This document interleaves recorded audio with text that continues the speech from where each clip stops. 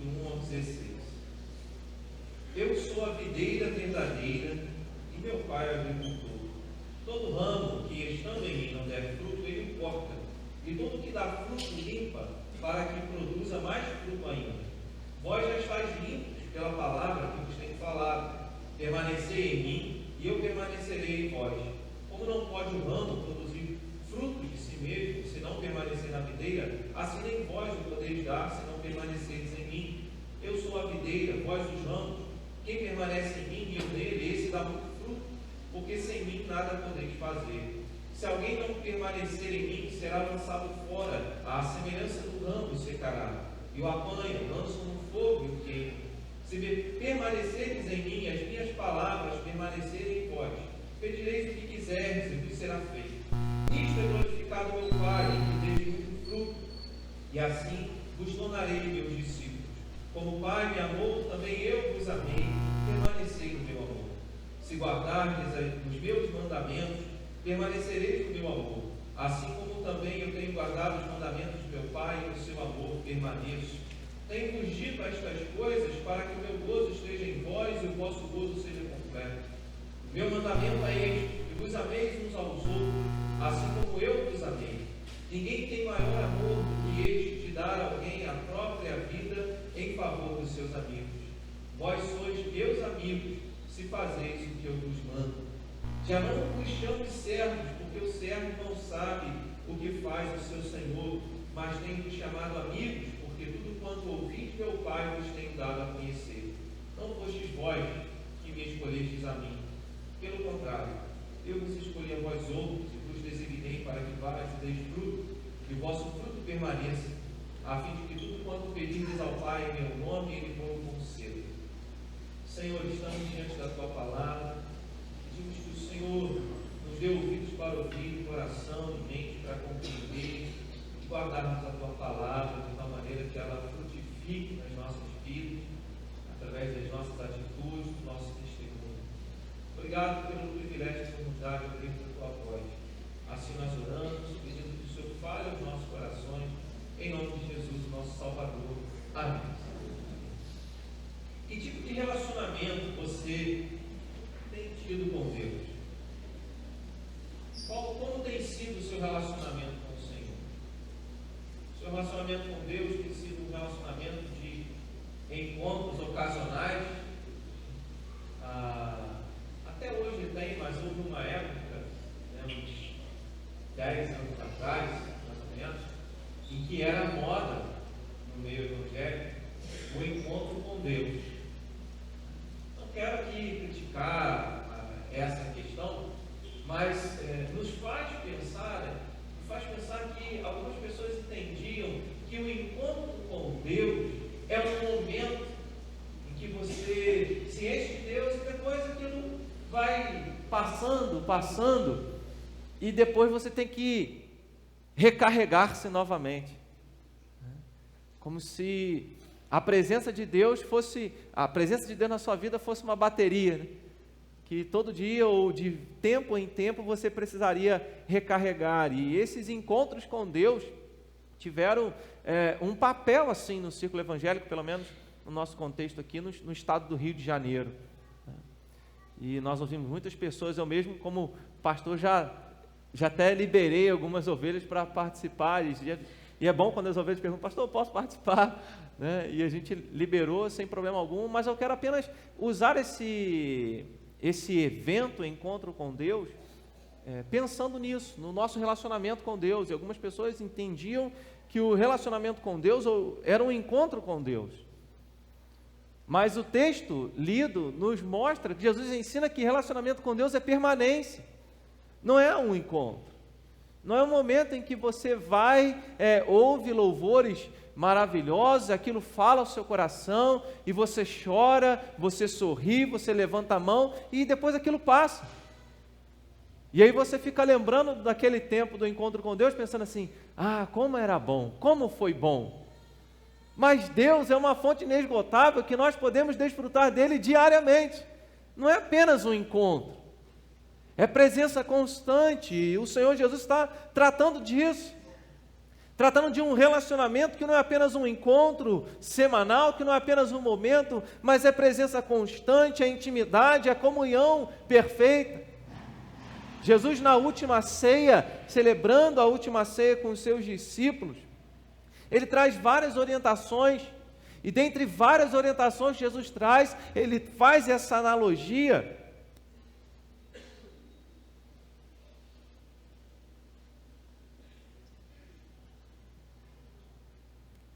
Ele faz essa analogia, sendo ele a videira, o pai o agricultor, e nós, o seu povo, os ramos.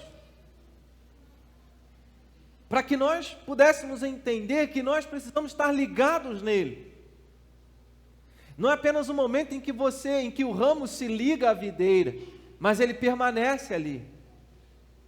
É coisa difícil a gente arrebentar na mão, dependendo do ramo, o ramo da videira. Tem que ter uma faquinha para você tirar. É necessário então que nós pensemos no nosso relacionamento, que tipo de relacionamento nós temos tido com Deus, se qualquer coisa nos afasta desse relacionamento, se qualquer dificuldade nos impede de continuar buscando esse relacionamento com Deus. Ou se nós tentamos tantas coisas e esquecemos que o nosso relacionamento com Deus é o que vai nos fortalecer e nos ajudar a enfrentar as adversidades da vida. Então, quando Jesus fala sobre esse relacionamento nosso com Ele e com o Pai cuidando, o Pai é o agricultor, Ele nos lembra que o nosso relacionamento com Ele é uma relação de vida. A nossa relação com Jesus é uma relação de vida, porque se não estivermos ligados nele, nós estamos mortos. E não podemos confundir o ter um nome no hall de membros de uma igreja, não podemos confundir o assistir um culto dominical com realmente estar ligado a Ele, com realmente ter uma vida nele. Nós, os ramos, precisamos permanecer. E aí o Senhor Jesus vai nos ensinar que se nós permanecermos nele e as palavras dele permanecerem em nós, assim nós teremos vida. Vivemos um tempo de muitos evangélicos, mas poucos que conhecem a palavra de Deus. Às vezes nós achamos estranhos e achamos coisas que não têm tanta importância assim, como a história de homens de fé. Conhecer histórias como o autor aos Hebreus no capítulo 11 menciona Gideão, de Jefité, de Baraque, de Sansão. Conhecer histórias bíblicas, conhecer a palavra de Deus e ver como Deus, no decorrer da história do seu povo, interviu na vida dessas pessoas e as usou como instrumento em suas mãos, porque eles tinham uma relação de vida com Deus. E essa relação de vida, para essa relação de vida, é uma relação de dependência. Se vocês permanecerem em mim, disse o Senhor Jesus. Ele diz também no versículo 5, porque sem mim nada podeis fazer. Jesus enviou os seus discípulos, mas disse, eu vou junto com vocês, porque sem Ele nós não podemos nada. A nossa relação com o Senhor precisa ser uma relação de vida, e mais do que um encontro ocasional e casual. Jesus falou para os seus discípulos nesse mesmo momento da última ceia, olha, eu sou o caminho, a verdade e a vida. Ele é a vida, e que vida é essa, senão aquilo que ele menciona também em João 10:10. O diabo vem somente para matar, roubar e destruir, eu vim para que tenham vida e vida em abundância. Essa vida não é simplesmente o respirar, o estar em pé, o ter saúde física. Essa vida é comunhão com Deus, é intimidade com Deus, é oração, é leitura da palavra. Essa vida é comunhão perfeita, plena com Deus, permanente com Deus. Por isso nós falamos de vida eterna, porque a partir do momento que nós cremos em Jesus como nosso Senhor e Salvador, é inevitável que nós busquemos isso. Nós buscamos o Senhor quando começamos a crer nele, confiar nele como nosso Senhor e nosso Salvador, é uma ação dele, e que isso reflete em nossas vidas, e nós o seguimos como a nossa vida. Como o salmista disse certa vez, a tua graça é melhor do que a vida. Ele quis dizer que a ação de Deus na vida dele, a comunhão dele com Deus, era melhor do que essa vida terrena, era melhor daquilo tudo que nós vivemos aqui. A nossa relação com Jesus é uma relação de vida. Se você ler no capítulo de número 5, versículo 40 de João também, ele vai falar a respeito dos religiosos. O versículo 39 é um versículo bem conhecido, quando diz, olha, vocês examinam as Escrituras e vocês julgam que nelas tem a vida eterna. E eu falo para vocês que são elas que falam a meu respeito, que testemunham a meu respeito. Contudo, vocês não querem vir a mim para teres vida. Então Jesus está dizendo que as pessoas não queriam, mesmo sendo os religiosos, não queriam ir até Ele para ter vida. Perceba, irmãos, que nosso relacionamento com Deus não é simplesmente um relacionamento com pessoas, um relacionamento com a igreja, um relacionamento na comunhão do corpo de Cristo, mas é um relacionamento com o próprio Cristo. Na dependência dEle, buscarmos nele o socorro, buscarmos nele o renovo, buscarmos nele a instrução, a orientação para a nossa vida. É claro que essa vida começa a ser manifestada em nós quando nós abdicamos do nosso próprio eu para seguirmos aquilo que Ele manda. Quando Ele diz, oferece a outra face, quando Ele diz, entrega também a capa, caminha a segunda milha, quando Ele diz, perdoa assim como Deus em Cristo nos perdoou. Orem por aqueles que vos perseguem, abençoe os vossos inimigos. Ame os vossos inimigos. Porque qualquer outra coisa diferente disso as outras pessoas fazem. Que prova nós damos que a vida de Deus estava em nós, está em nós. No capítulo 1 do Evangelho de João, versículo 4, depois que o apóstolo João menciona, Jesus estava no início com o Pai, criando todas as coisas, ele diz, a vida estava nele, e a vida era a luz dos homens, mas os homens amaram mais as trevas do que a luz, porque as suas obras eram mais, de acordo com João 3, lá na altura do versículo 19, a vida de Deus em nós é manifestada na nossa dependência dEle, o quanto nós temos buscado o nosso relacionamento verdadeiro com Jesus. Nosso relacionamento com Deus é uma relação de obediência. Jesus deixou os mandamentos para serem seguidos, e nesse mesmo contexto da última ceia, Ele está dizendo no versículo de número 21 do capítulo 14, aquele que tem os meus mandamentos e os guarda, esse é o que me ama. A nossa relação com Deus precisa ser uma relação de obediência. Obediência demonstra amizade com Deus, demonstra que nós somos íntimos de Deus. Quando o próprio Deus testemunha a respeito de Abraão, mencionando Abraão como seu amigo. Por quê? Porque Abraão andava com Deus, porque Abraão obedecia a Deus, porque Abraão, o anjo testemunhou a respeito de Abraão, porque sei que agora temes a Deus e tudo quanto Ele te pedir, nada você vai negar a Ele. A partir daquele momento, em Gênesis 22, quando Abraão se dispõe a sacrificar o seu próprio filho, a dar tudo o que ele tinha para Deus, a obedecer em última instância ao Senhor, Deus testemunha a respeito dele, eu sei que agora tudo quanto Deus pedir você vai fazer. E por isso Abraão ficou conhecido como pai da fé e amigo de Deus.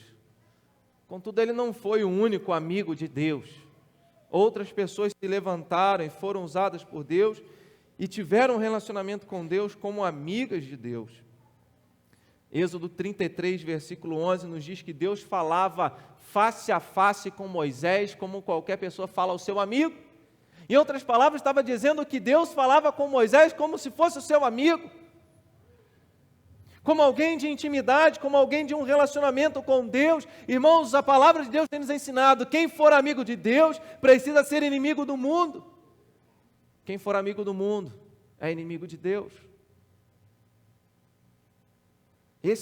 Essa é uma relação que nós precisamos buscar. Não tem como, Jesus ensina isso no Sermão da Montanha, não tem como servirmos a dois senhores, não tem como servirmos a Deus e a nossa própria carne, o pecado que em nós habita, não tem como servir a palavra de Deus e fazermos aquilo que Deus espera de nós e exige de nós, e fazermos aquilo que a sociedade e o mundo espera de nós. Você vai desagradar alguém.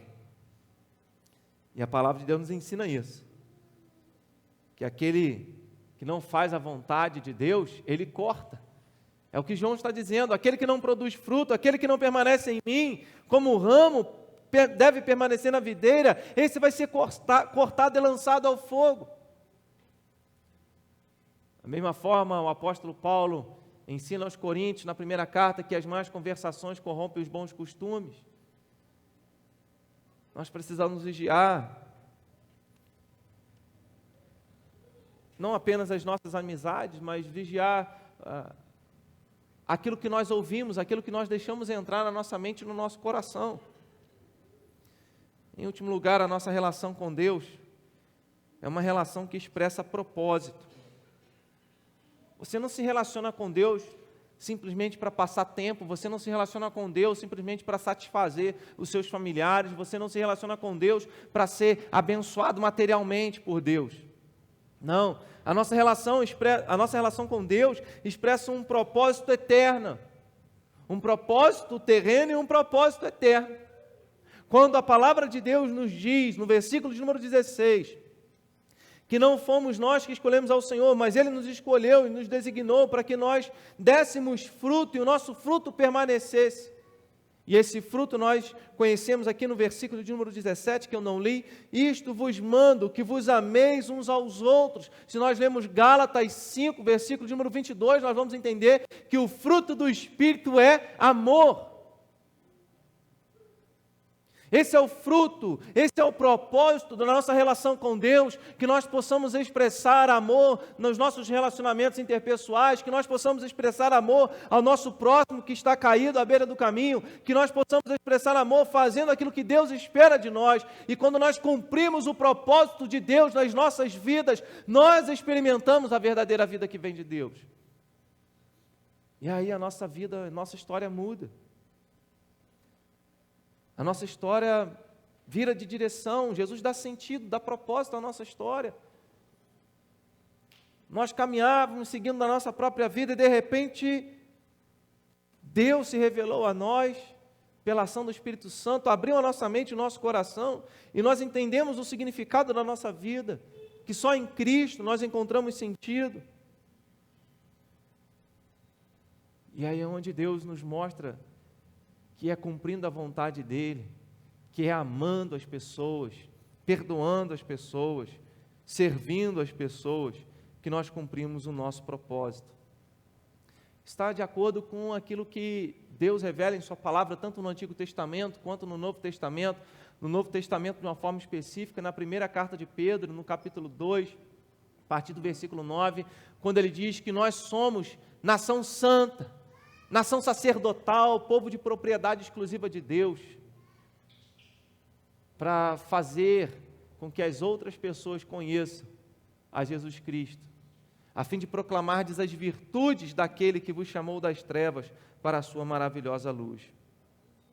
Que nós possamos buscar no Senhor e através da sua palavra o entendimento, o propósito de Deus para a nossa vida.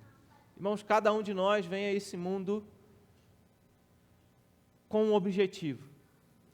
E isso é tão forte que quando nós lemos a história dos patriarcas, a história dos homens de Deus, na palavra de Deus, nós geralmente associamos uma figura, um personagem bíblico com um evento. Lembramos, Noé. Noé viveu 600, 800 e tantos anos. Até esqueci quantos anos Noé viveu. E nós lembramos da vida de Noé apenas da arca. Noé construiu a arca. Mas a arca de Noé representa em torno de 100 anos. Máximo 120 anos da vida de Noé, diante de 800 e tantos. Então, como uma vida inteira, nós resumimos num evento.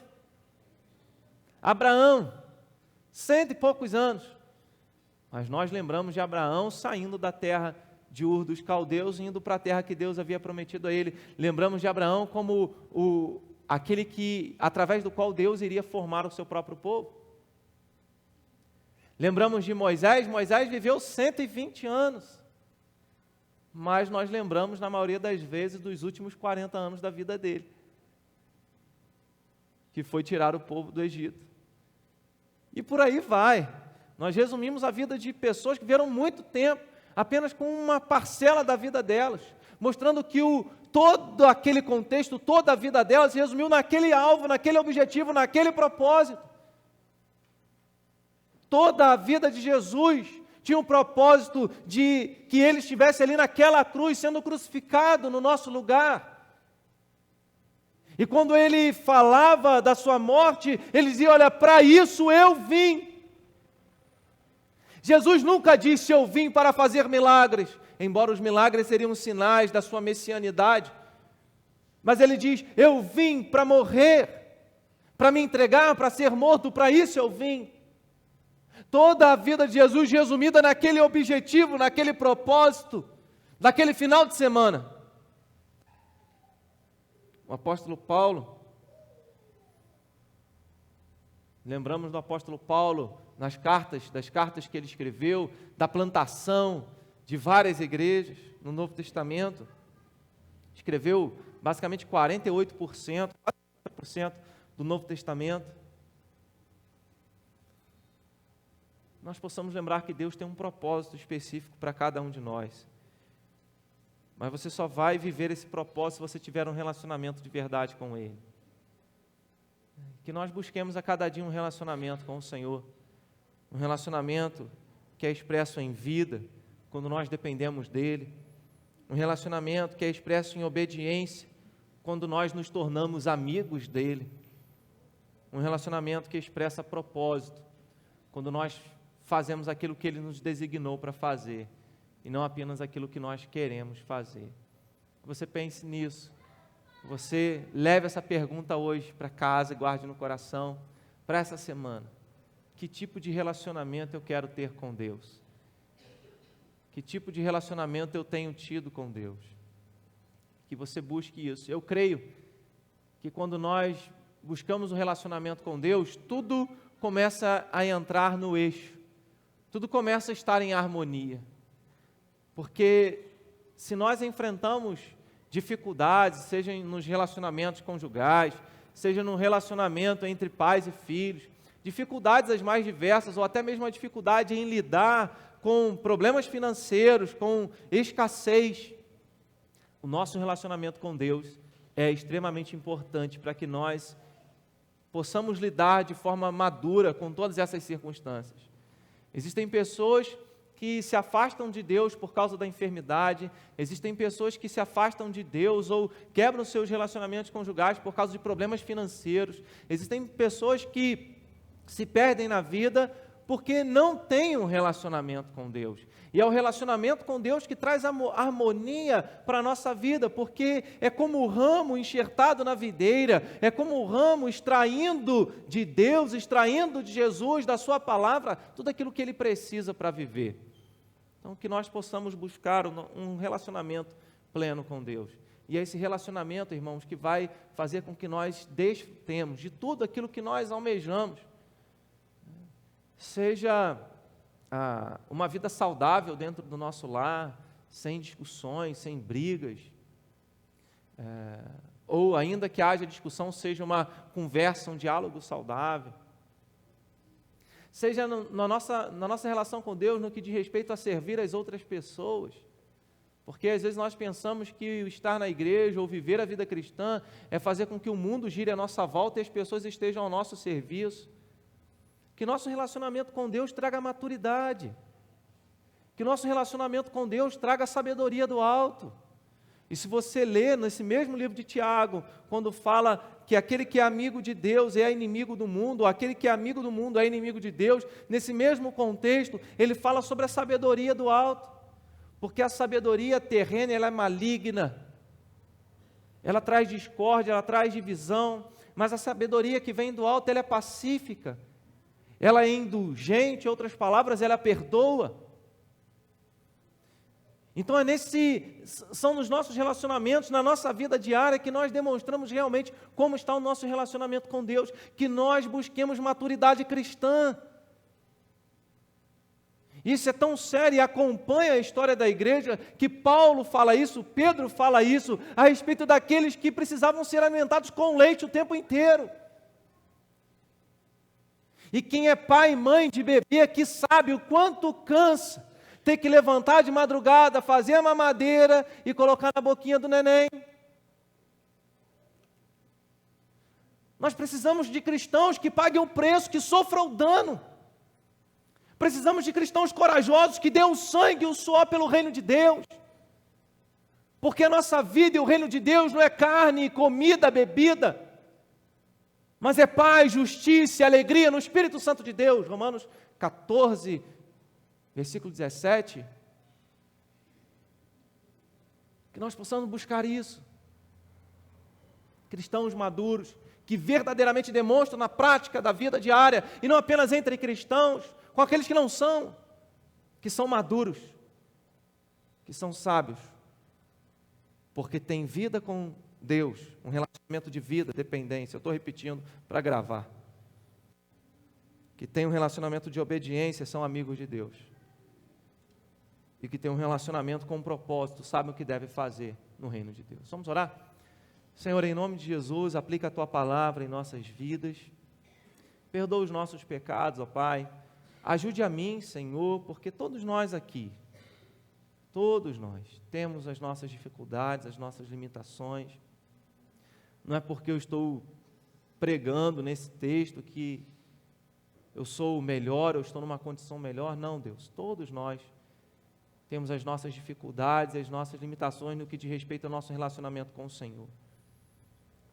Segundo a graça que há em Ti, a bondade do Senhor, o amor do Senhor por nós, ajude-nos, ó Deus, a termos um relacionamento de verdade contigo. Ajude-nos, ó Pai, a expressarmos no nosso dia a dia esse relacionamento verdadeiro com o Senhor, que é expresso no nosso relacionamento com as pessoas, porque, como lemos em Tua palavra, quando o apóstolo João disse: isto vos mando, que vos ameis uns aos outros. Pai, que o Senhor nos faça assim e nos abençoe para que sejamos ouvintes e praticantes da Tua palavra. Assim nós oramos, agradecidos em nome de Jesus, o nosso Salvador. Amém, Senhor. Amém.